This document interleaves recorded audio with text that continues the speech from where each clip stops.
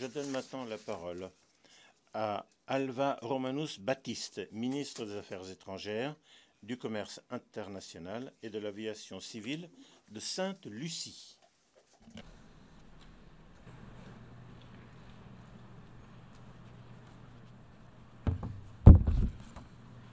Mr. President, distinguished... Monsieur le Président, Mesdames, Messieurs, au moment où j'interviens en cette 70e session historique de l'Assemblée générale des Nations unies, je m'associe à l'ensemble de félicitations qui vous ont été adressées d'avoir assumé le poste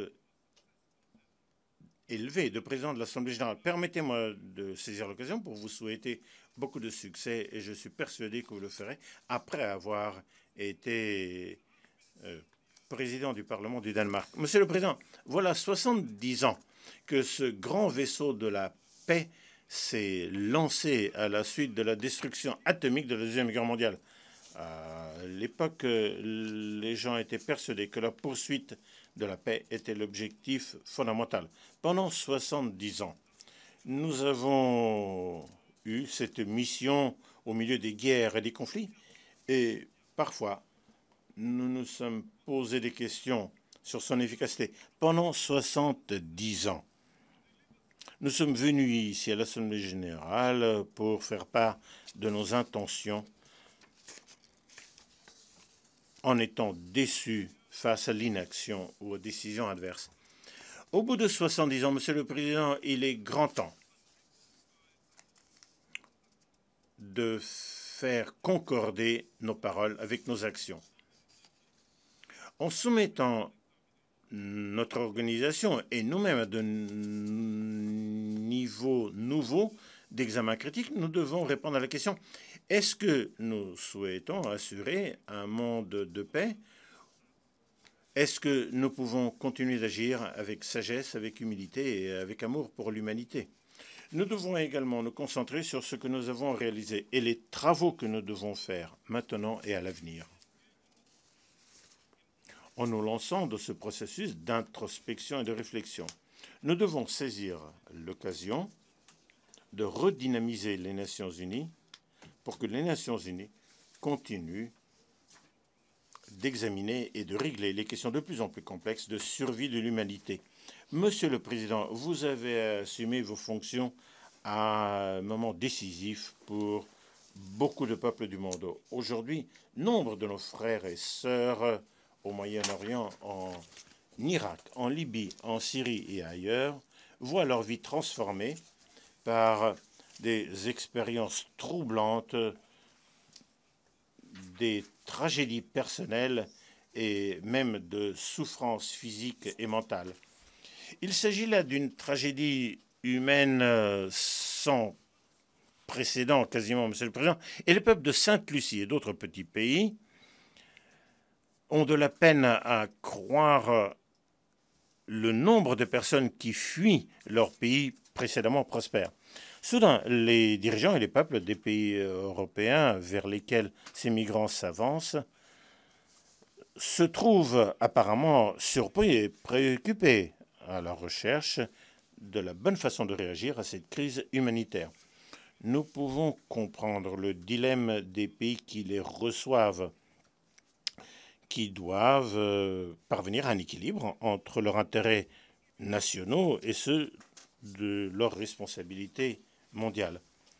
Plus il y en a, plus il faudra en accepter, car d'autres vont fuir ces situations de souffrance et de traumatisme et chercher abri dans des pays fraternels plus amicaux.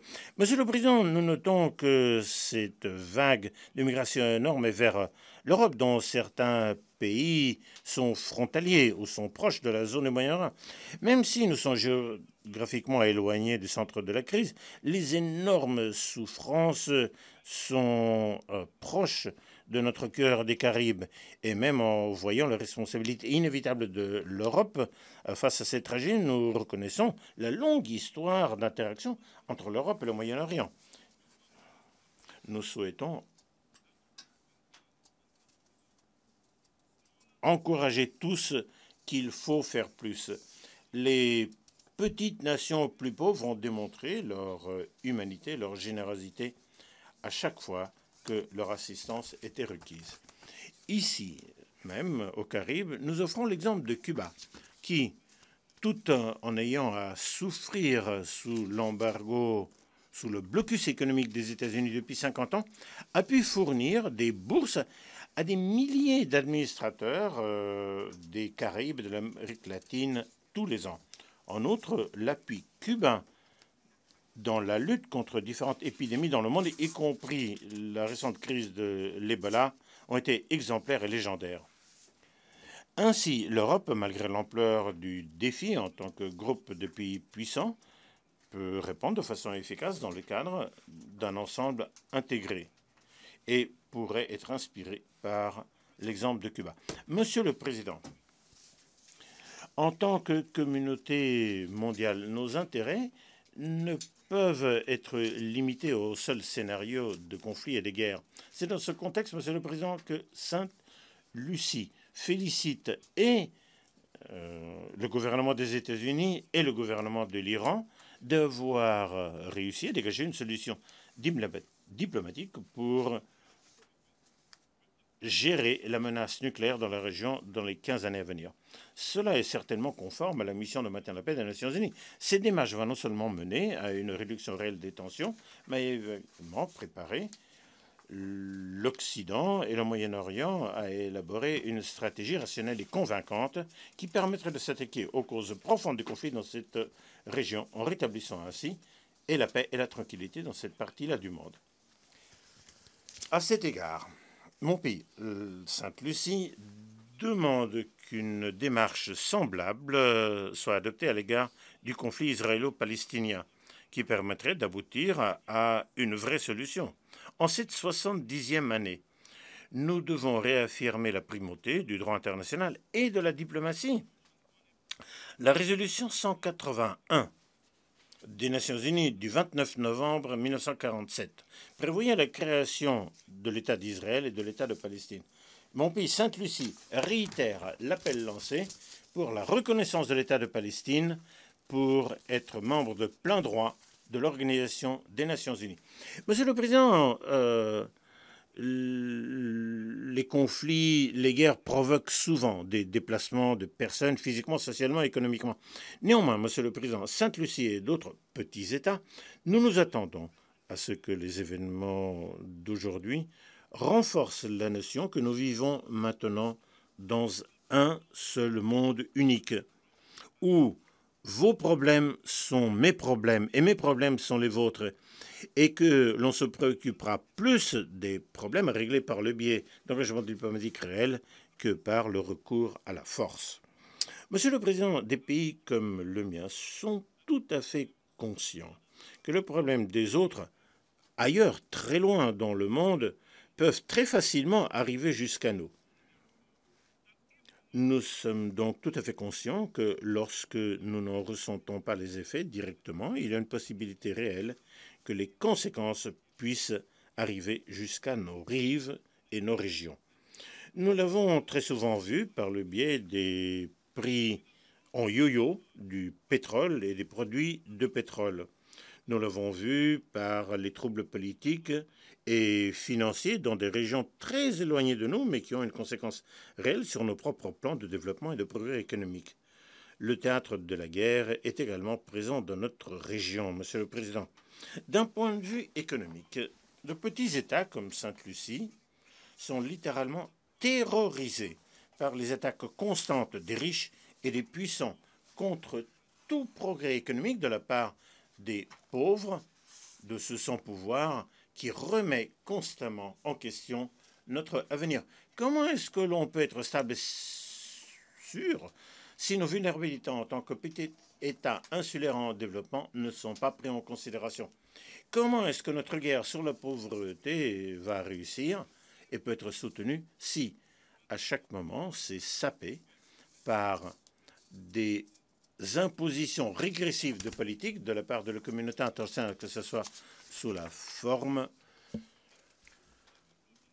de graduation économique de non-accord de préférence commerciale ou des listes noires des juridictions financières. Cela ne fait que provoquer l'instabilité nationale. Pour accroître ces difficultés d'un point de vue de l'environnement, de petits États comme Sainte-Lucie ont à faire face à une insécurité croissante due au changement climatique avec des catastrophes que l'on voit de plus en plus souvent.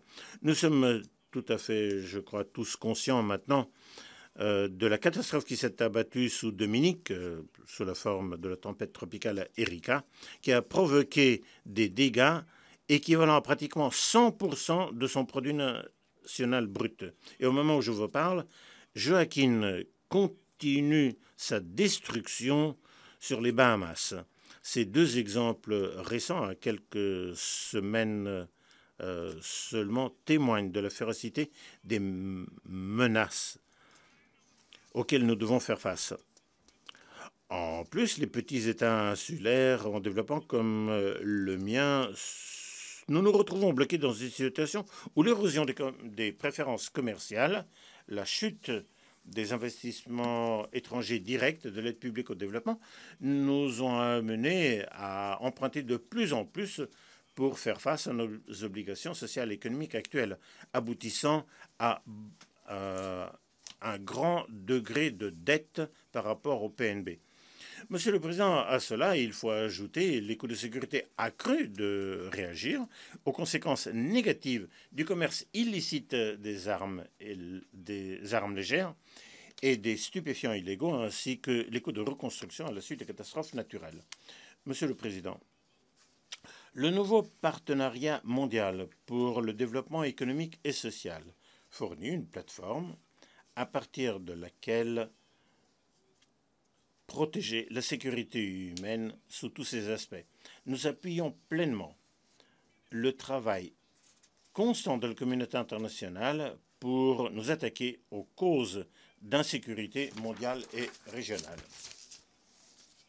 C'est ainsi que 2015 nous donne cette occasion unique pour notre génération de nous attaquer au développement durable.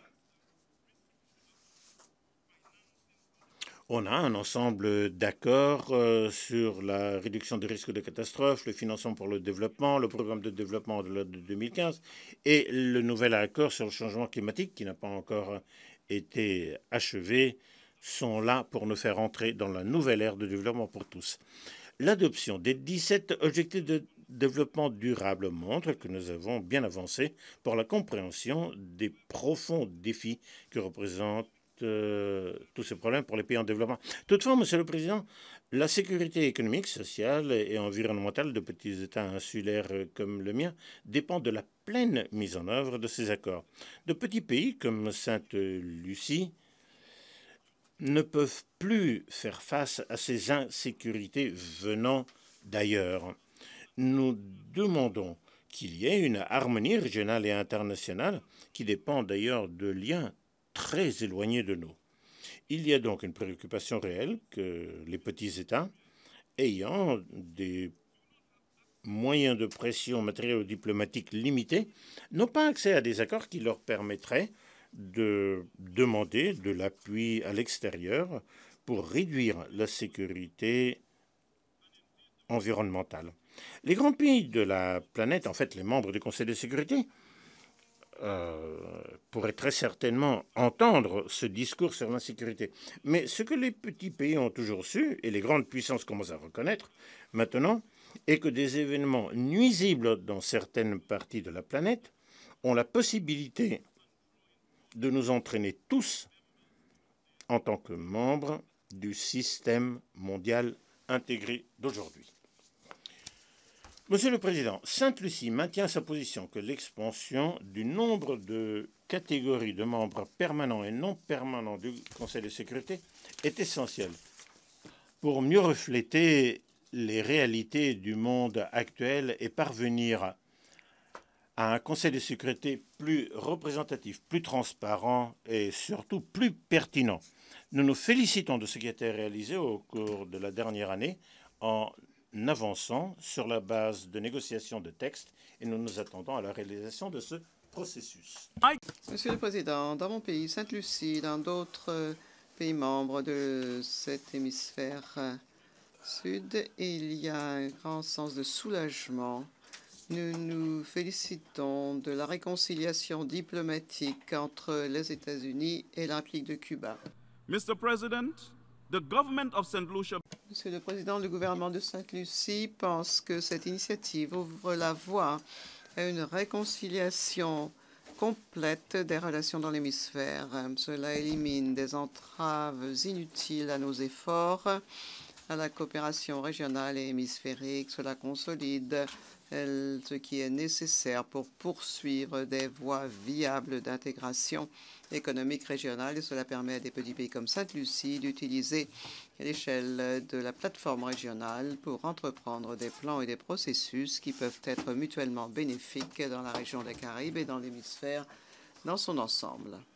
En outre, c'est une autre indication de l'élimination de situations et de stratagèmes qui ne servent qu'à créer des sources d'insécurité. Nous sommes fermement convaincus que les pays de notre hémisphère engagés à cette perspective ont maintenant la possibilité, sur la base de l'initiative adoptée par le pape François et le président des États-Unis, la possibilité, dis-je, d'encourager la voie d'une solution pacifique des différends, pleinement conscients du fait que les conflits nationaux ou régionaux empêchent la croissance économique persistante et donc la stabilité sociale. Monsieur le Président, la normalisation des relations au sein de cet hémisphère que je viens de mentionner est une indication que les anciens conflits et différends qui subsistaient lors de la guerre froide laisse maintenant place à la coopération et à la collaboration entre les pays. En outre, la période qui a suivi la guerre mondiale a commencé à laisser place à de nouveaux arrangements et à des efforts de réconciliation permettant des relations pacifiques dans diverses régions du monde. Monsieur le Président, le gouvernement de Sainte-Lucie, qui a des relations officielles avec le gouvernement de la République de Chine à Taïwan, note l'échange continu entre cet État et la République populaire de Chine, défini en particulier par les relations économiques auxquelles ils participent mutuellement. Nous pensons qu'alors que nous maintenons le statu quo l'accréditation d'une reconnaissance de Taïwan, ce n'est pas à nous, mais pour nous, d'indiquer la voie appropriée à suivre dans les relations entre ces deux pays. Monsieur le Président, alors que je me prépare à conclure ma déclaration, je voudrais revenir à une réflexion sur les 70 années d'existence des Nations Unies. Il y a eu des problèmes, bien sûr, mais il y a également eu des succès. Comme l'a dit feu le président J.F. Kennedy, continuons à suivre la bonne voie. Ne nous laissons pas entravés par les erreurs du passé. Continuons à traiter des questions difficiles. Par exemple, il faut tenir compte des éléments suivants: la solution de l'identité nationale et des questions d'autodétermination, l'importance accrue des acteurs non étatiques, une implication des grandes puissances dans le tiers-monde, le rôle de la religion dans la politique internationale, la militarisation globale, l'impuissance du droit international et des organisations internationales telles que les Nations Unies à traiter de formes très compliquées de solutions de conflits violents et non violents. Mais, Monsieur le Président, nous devons continuer à encourager le principe de discussion raisonnée, de dialogue et la poursuite indéfectible de la paix. Au cours des 31 années écoulées entre 1914 et 1945, le monde a connu 2 guerres mondiales, mais au cours des 70 années depuis la fin de la Deuxième Guerre mondiale, les Nations Unies ont épargné au monde une guerre mondiale. Espérons, œuvrons et prions pour que nous restions fidèles à notre caractère de paix et que même au sein de provocations, nous continuons à garder le monde dans la sécurité, projetant une orientation de relations pacifiques pour qu'il n'y ait plus d'effusion de sang innocent. De Sainte-Lucie à vous, Monsieur le Président, je transmets une fois de plus toutes nos félicitations au moment où vous guidez nos débats au cours de la prochaine année. Que Dieu vous bénisse, Monsieur le Président. Je vous remercie. Merci, Excellence. Je donne maintenant la parole aux ministres des Affaires extérieures. Je vous remercie de votre discours, Monsieur le ministre.